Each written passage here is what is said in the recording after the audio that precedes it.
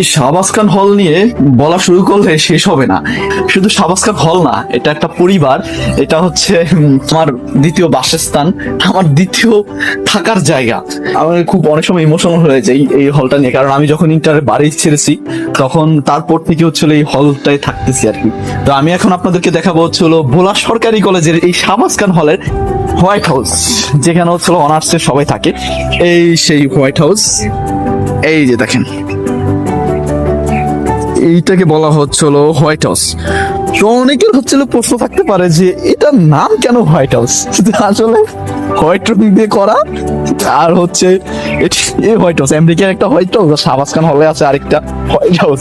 তো হোয়াইট রং দিয়ে করার কারণে এটা হচ্ছিল হোয়াইট হাউস রাখা হয়েছে। আর হোয়াইট হাউসের বিশেষত্বটা হচ্ছে এখানে হচ্ছে অনার্সের যারা সিনিয়র আছে, মোস্ট সিনিয়র যারা অনার্স সেকেন্ড থার্ড ইয়ার পড়তে, তারাই হচ্ছিল বেশিরভাগ এই হোয়াইট হাউস গুলাতে থাকে। আর এইটা হচ্ছিল ইন্টার ব্লক, এই ইন্টার ব্লকটাতে থাকে হচ্ছিল ইন্টারে যারা আছে তিন সেটটায় থাকে আর কি। আর হোয়াইট হাউসে অনার্সে যারা আছে তারাই থাকে। এই হচ্ছিল 141 নম্বর রুম। এইটা হচ্ছে আমার রুম, এটা হচ্ছিল আমার বেড। তো বেডটা গোছানো নাই ওভাবে, কারণ হচ্ছিল আমি এই বেডটা চেঞ্জ করবো, এখানে আসবো। এখানে যে ছিল হচ্ছিল চলে গিয়েছে অলরেডি, তার শেষ পড়াশোনা।